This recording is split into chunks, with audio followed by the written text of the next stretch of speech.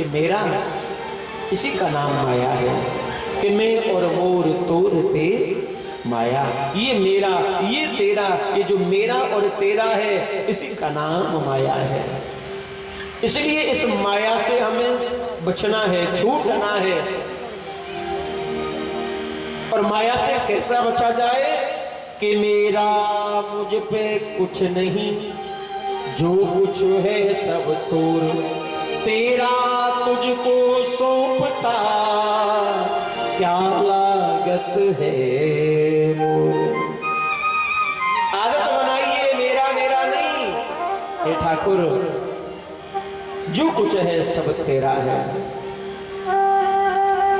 ये तन भी किसी का है दिया, शरीर भी हमारा नहीं है, ये भी किसी का दिया हुआ है। एक दिन इसकी भी एक्सपायरी डेट आएगी और जब समय आएगा तो ये भी मिट जाएगा। इसलिए अभिमान किस पर करें, किस बात पर करें? कि धर्मं भजस्व सततं तजलोक धर्म, सेवा साधु पुरुषान् जहि काम कृष्ण।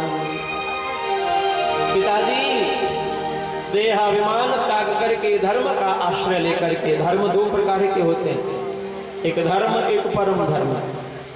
समाज की बातें मानना, समाज के नियमों से चलना, माता पिता की सेवा करना, ये धर्म है। लेकिन भगवत भजन, भगवत धाम जाने के लिए मार्ग ढूंढना, साधन करना, तप यज्ञ सत्कर्म करना, ये परम धर्म है। अब कभी कभी क्या होता है, व्यक्ति भजन कर रहा है और घर वाले बाधक बन जाते हैं, समाज बाधक बन जाता है। तो नियम है कि उस धर्म को छोड़ दो, लेकिन परम धर्म को मत छोड़ो। परम धर्म यानी भगवान के नाम को मत छोड़ो, चाहे घर छोड़ना पड़े, चाहे घर वाले छोड़ने पड़े। अब यहाँ बड़ा विचित्र प्रश्न उठता है, बोले महाराज क्या भगवान के लिए घर छोड़ा जा सकता है, घर वालों को छोड़ा जा सकता है? तो इतिहास उठाइए, पढ़िए, समझिए कितनों ने घर छोड़ा। कि तजो पिता प्रहलाद, विभीषण बंधु भरत मेहतारी, बलि गुरु तजो कंत ब्रज बनता, भैया भय मुझ मंगलकार। भगवान के लिए कितनों ने घर परिवार छोड़ा? कि प्रहलाद जी, जिन्होंने अपने पिता का त्याग कर दिया, भरत जी ने अपनी मां कैकेयी को त्याग दिया, विभीषण ने अपने भाई का त्याग कर दिया, ब्रज की गोपियों ने तो सबको ही छोड़ दिया। भगवान के लिए चाहे हमें परिवारी जन छोड़ने पड़े। कि तजिए ताहि कोट बैरी समूह, यद्यपि परम स्नेही। उसको तो कोटान कोट बैरियों के समान त्याग दो, जिसको भगवान से प्रेम नहीं है, जो भगवान से हमें दूर करे। सच्चा प्रेमी हमारा वही है जो भगवान से मिलावे, भगवान से दूर करे, वो तो शत्रु के समान है। इसलिए पिताजी आप वन में जाएं, भगवान का जप करें, तप करें, सत्कर्म करें और अपने जीवन को धन्य बनाने के लिए, परमार्थ करने के लिए, परम धाम की प्राप्ति के लिए पुरुषार्थ करें। गोकर्ण जी ने आत्मदेव जी को समझा करके विदा कर दिया। सोचने लगे कि पिताजी तो चले गए, लेकिन धंधकारी मानने वाला नहीं है, कहीं ऐसा ना हो पिताजी को तो डांट ही दिया, अब नंबर हमारा ही आएगा। इसलिए गोकर्ण जी ने भी घर छोड़ दिया, तीर्थ करने गया, धाम चले गए। केवल माँ बची, माँ को मारने लगा धुंधकारी, माँ धन दे। बोले बेटा तूने छोड़ा ही कहाँ है, सब तो बेच बेच करके जुआ में सब हार गया, सबकी शराब तूने पी ली, अब रहा क्या है, सोई मारता है। बोले दे धन, तूने बहुत छुपा करके रखा है। माँ को ग्लानि आ गई, ये कैसा बेटा है, इससे तो मैं भली थी कि मेरे कोई पुत्र ही नहीं हुआ। एक दिन कुएं में कूद करके प्राण त्याग दिए, मर गई दे, आज धुंधली दे, अपना देहांत कर लिया। लेकिन अब तो धुंधकारी स्वतंत्र हो गया था। 5 विषयों को लाकर के भवन में रखा, इनकी पूर्ति के लिए अर्थ अनर्थ काम करे, चोरी करे, डाका डाले। इस तरह जब धुंधकारी करने लगा तो एक दिन राजा के भवन में चोरी हुई। राजा ने कहा धुंधकारी चोर है, इसको पकड़ो। वेश्याएं पकड़ा गई कि धुंधकारी पकड़ा गया और उसने हमारा नाम ले दिया तो राजा हमें भी दंडित करेगा। तो आज वेश्याओं ने धुंधकारी को पलंग से बांध करके समाप्त कर दिया। इतना मारा, गले में मुख में जलते लाल लाल लकड़ी के कोले भर करके समाप्त करके आंगन में खड्डा खोद कर वहीं गाड़ करके वेश्याएं भाग गई। धुंधकारी मर गया और मरने के बाद साहब ये प्रेत बन गया, प्रेत बन के भटक रहा है। ये समाचार गोकर्ण जी को प्राप्त हुआ। उन्होंने गया में पिंडदान किया, श्राद्ध किया, लौट करके अपने भवन में आए। रात्रि का समय जैसे ही बैठे हुए थे भजन करने के लिए, उसी समय ये प्रेत रूप जो धुंधकारी है, कभी बकरा बनकर कभी भैंसा बनकर डरा रहा है श्री गोकर्ण जी को। गोकर्ण जी ने पूछा, भैया तू कौन है, मुझे क्यों डरा रहा है? तो बड़े मंद स्वर में कहता है कि अहं भ्राता तदयोस्मि धुंधकारी नामता स्वकीयेन दोषेण ब्रह्मत्वं नाशितं मया। मैं तुम्हारा बड़ा भाई धुंधकारी हूँ, किए हुए कर्मों से प्रेत बन गया हूँ, मेरी मुक्ति करो गोकर्ण।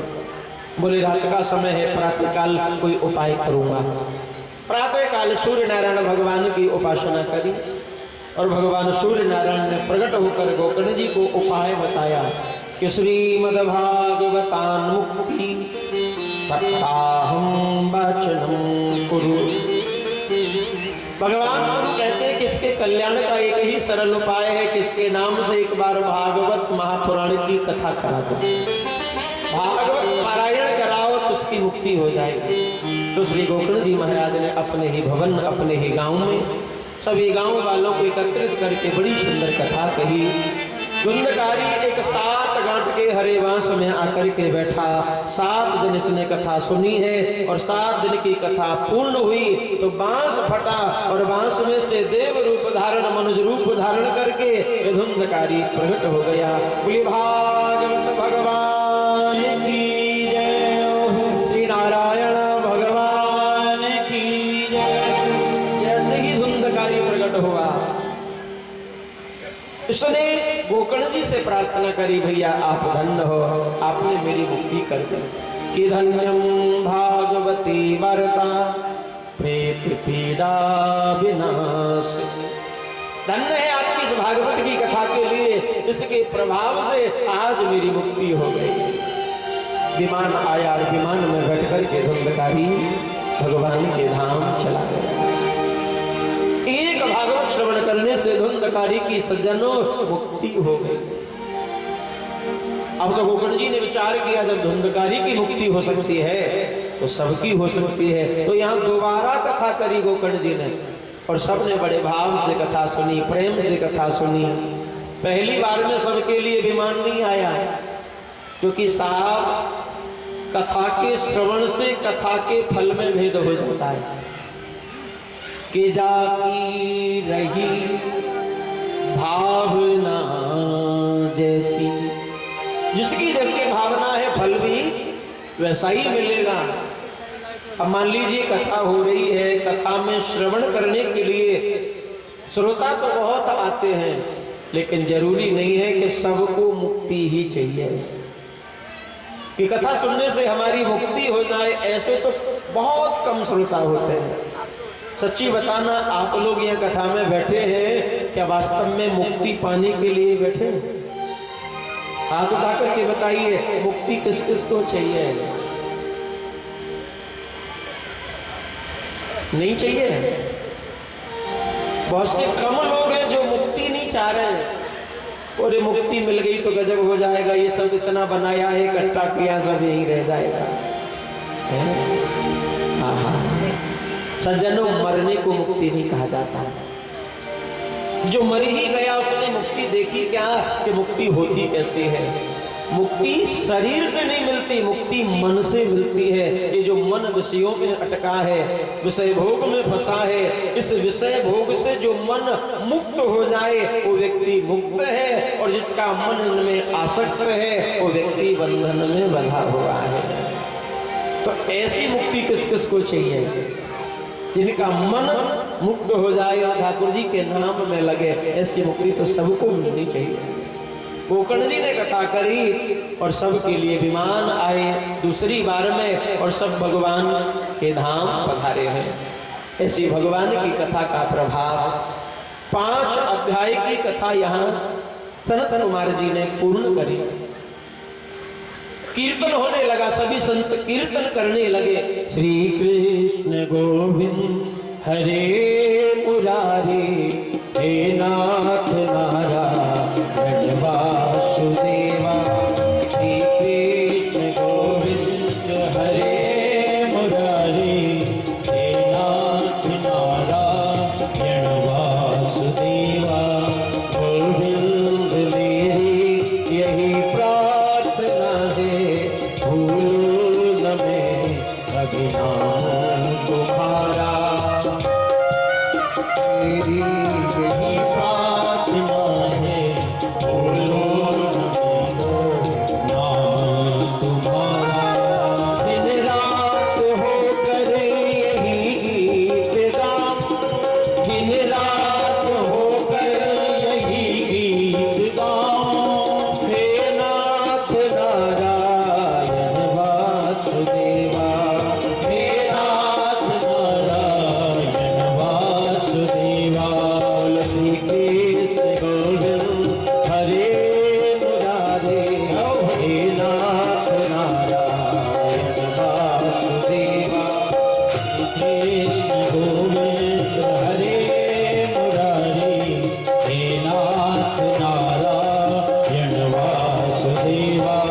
भक्ति सुतो तरुण रहित्वा, प्रेमैक रूपा सहसा विरागी। श्री कृष्ण गोविंद हरे मुरारी, नाथे रामान बहु फलंती। श्री कृष्ण गोविंद हरे मुरारी, हे नाथ नारायण वासुदेवा। जैसे ही ये शब्द वृंदावन में बैठी भक्ति महारानी के कान में, ज्ञान वैराग्य के कान में गई। ज्ञान वैराग्य का जो बुढ़ापा वृद्ध अवस्था वो छूट गई और जो अचेत अवस्था थी वो चेतना में परिवर्तित हो गई। इनको चेतनावस्था प्राप्त हुई। बोले माँ ये कीर्तन कहाँ हो रहा है, हमें भी वहां ले चलो। तो आज भक्ति मैया दौड़ी दौड़ी हरिद्वार धाम में प्रकट हो गई। बोले भक्ति महारानी की जय। भक्ति मैया प्रकट हुई और जहाँ भक्ति प्रकट हो जाती है सज्जनों, वहाँ पर भगवान को प्रकट होने में विलंब नहीं लगता, क्योंकि भगवान तो भक्ति के पीछे पीछे विचरण करते हैं। स्वयं नारायण भी प्रकट हो गए। बोले नारायण भगवान की जय। भगवान प्रकट हुए। भगवान ने कहा हे महात्माओं, आपकी इस सुंदर कथा सत्संग कीर्तन से मैं बड़ा प्रसन्न हूँ, मांगो क्या चाहिए। संत महात्मा कहते हैं प्रभु जिस कीर्तन सत्संग के प्रभाव से आप प्रकट हो गए, तो हम तो चाहते कि ऐसा कीर्तन ऐसा सत्संग हम नित्य करते रहे और नित्य आपका दर्शन पाते रहे। जब जब कीर्तन करें तब तक आप प्रकट होकर दर्शन दें, ऐसी कृपा कर दीजिए। तो भगवान ने कहा ठीक है, आपके सन्मुख रखा ये भागवत रूपी ग्रंथ। आज मैं आपके सन्मुख इसी ग्रंथ में प्रवेश कर रहा हूँ कि तिरोधाय प्रविष्टोयम श्रीमद्भागवतार्णवम्। मैं भागवत में प्रवेश कर रहा हूँ और आज के बाद कलयुग में भागवत के माध्यम से ही मेरे दर्शन भक्ति शक्ति का लाभ भक्त श्रोताओं को प्राप्त होगा। ऐसा कहते हुए भगवान भागवत जी में प्रवेश कर गए। बोले भागवत भगवान की जय। श्री भक्तवत्सल भगवान की जय। प्यार से कहिए राधे राधे। आपने कुछ बोला, आवाज नहीं आई, अरे जोर से बोलिए ना। राधे राधे। इतने लोग हैं, इतनी माता बहन, इतने भाई, फिर भी आवाज नहीं निकलती। अरे संकोच करो, दुनिया के काम में भगवान के नाम में शर्म नहीं करनी चाहिए। हमारे ब्रज में कहावत है, जाने करी शर्म वाके फूटे कर्म। तो शर्म के स्थान है, उन जगहों पर शर्म करो, भगवान के नाम में कैसी शर्म। सनत कुमार जी कहते हैं आज कल्याण हुआ और भागवत जी की कथा प्रभाव से कुंडकारी जैसा प्रेत आत्मा भक्त वैष्णव बन के भगवान के धाम के लिए गया। ये भागवत जी का ही पुनीत प्रभाव है।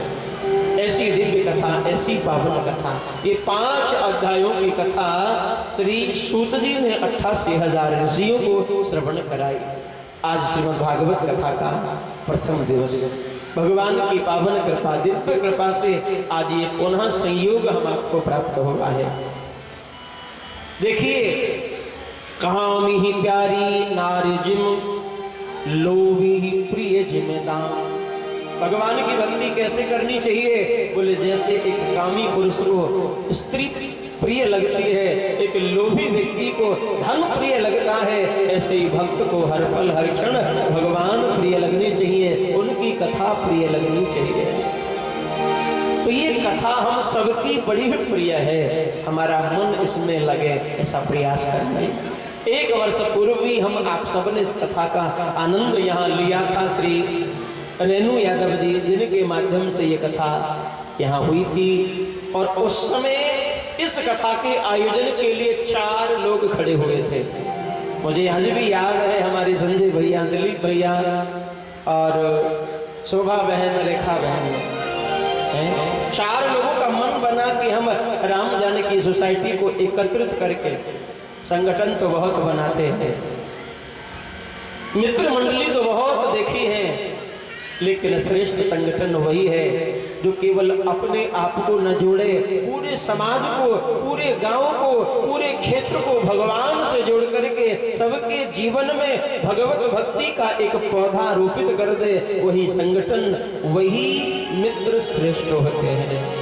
धन्य है राम जानकी सोसाइटी के जितने भी सदस्यगण हैं। नाम हमें अभी सभी के मालूम नहीं है, क्योंकि इस सोसाइटी में बहुत सदस्य हैं। समस्त राम जानकी सोसाइटी के जितने भी महानुभाव मेंबर सदस्य, बहुत बड़ा कार्य है कि श्रीमद् भागवत कथा करने का जिन्होंने बीड़ा उठाया।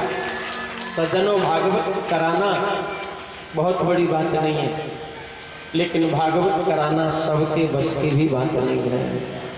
ये बहुत बड़ी बात नहीं है, पर सब करा में ये सबके बस की भी बात नहीं है। क्योंकि केवल धन से कथा हो जाए, पैसे से कथा हो जाए, तो ये सब ठीक नहीं है।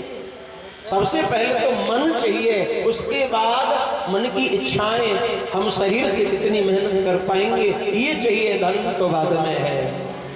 क्योंकि दुनिया के काम रुकते देखे हैं, पर भगवान का कोई काम रुकते हुए नहीं देखा। भगवान का काम एक बार प्रारंभ हो जाए तो उसकी पूर्णाहुति जरूर होती है। और ठाकुर जी के नाम पर देने वाले बहुत हैं, ठाकुर जी के नाम पर देने वालों की कमी नहीं है। आज समस्त ग्राम पंचायत, समस्त ग्राम समाज उठेगा। ये कथा केवल सोसाइटी की है ऐसा विचार नहीं करें, ये तो आगे आ गए हैं, पूरे ग्राम समाज की ये कथा है। पहले हमारी श्री रेणु देवी जी ने अकेले कथा कराई थी, कितनी बड़ी बात है। लेकिन अब की बार सब मिलकर के, सबके सहयोग से श्री राम जानकी सोसाइटी के सदस्य आगे आकर के इस कथा की शोभा बना रहे हैं। तो हम सबका कर्तव्य है, एक एक गांव वासी का कर्तव्य है, इन सदस्यों का हौसला हम बढ़ाएं, इनके मन भाव को बढ़ाएं, और ये ऐसे ही बड़े भाव और भव्यता से श्रीमद् भागवत के अनुष्ठान को भव्यता से संपन्न कराएं। तो आज प्रथम दिवस है। कल श्रीमद् भागवत कथा का द्वितीय दिवस, कथा का जो समय है, समय से आकर के आप लोग यहाँ भगवान की कथा श्रवण करेंगे। धीरे धीरे आनंद बढ़ेगा, आप जितने श्रोता बढ़ेंगे आनंद उतना बढ़ेगा। क्योंकि वक्ता का मन बोलने तभी करता है जब सुनने वाले सामने हो, श्रोता सामने बैठे हो, और श्रोता नहीं हो तो सुनाने वाला भी फिर ज्यादा नहीं सुना पाता है। तो आप अधिक से अधिक यहाँ आकर के भगवान की कथा को श्रवण करें। आज कथा का प्रथम दिवस, यहीं विश्राम करते हैं। कल ठीक समय से आकर के आप कथा में अपना स्थान ग्रहण करें। जय जय श्री राम।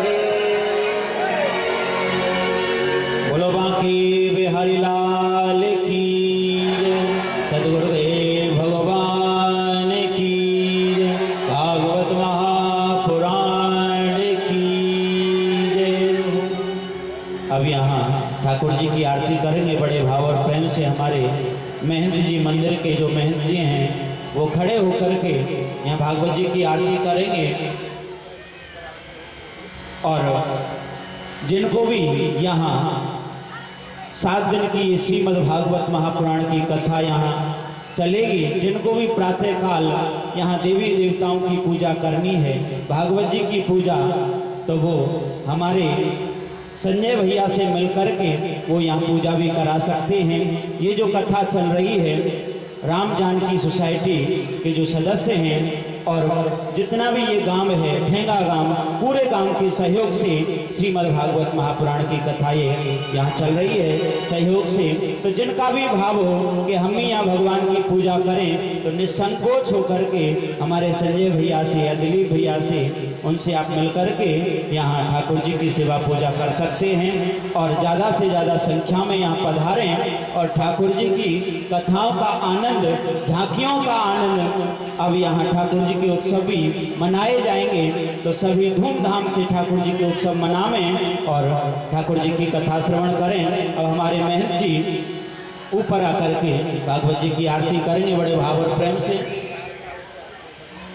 हाँ, 4 बजे से आकर के यहाँ 7 बजे तक ठाकुर जी की कथा चलेगी। तो समय का ध्यान रखें माता बहनों से, 7 बजे तो आती हैं धीरे धीरे, तो सभी से ये 7 दिन ठाकुर जी की कृपा से आपको मिले हैं, तो इन 7 दिनों को ऐसे ही नहीं गंवावें। सभी से अनुरोध करूँगा, सभी यहाँ ठाकुर जी की कथाओं का आनंद लेंगे। अब जो भी भक्त बैठे हैं वो खड़े होकर के भागवत जी की आरती उतारें। बनी पटका बन्यो बन्यो लाल को भेष, जय जय बांके बिहारी लाल की, सखी रोज आरती ले, बांके बिहारी तेरी आरती गाऊं,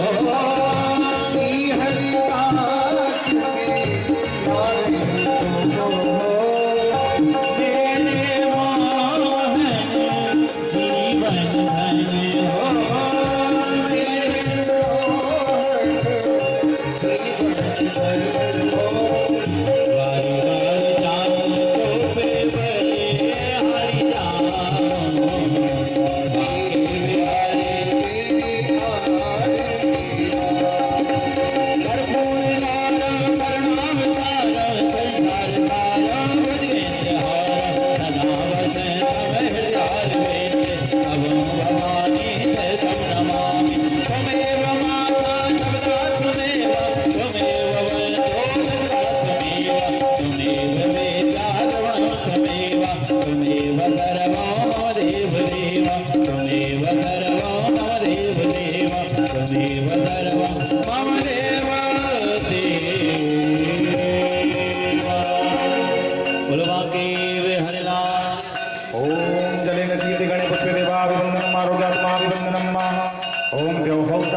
मंगल सुमन शांति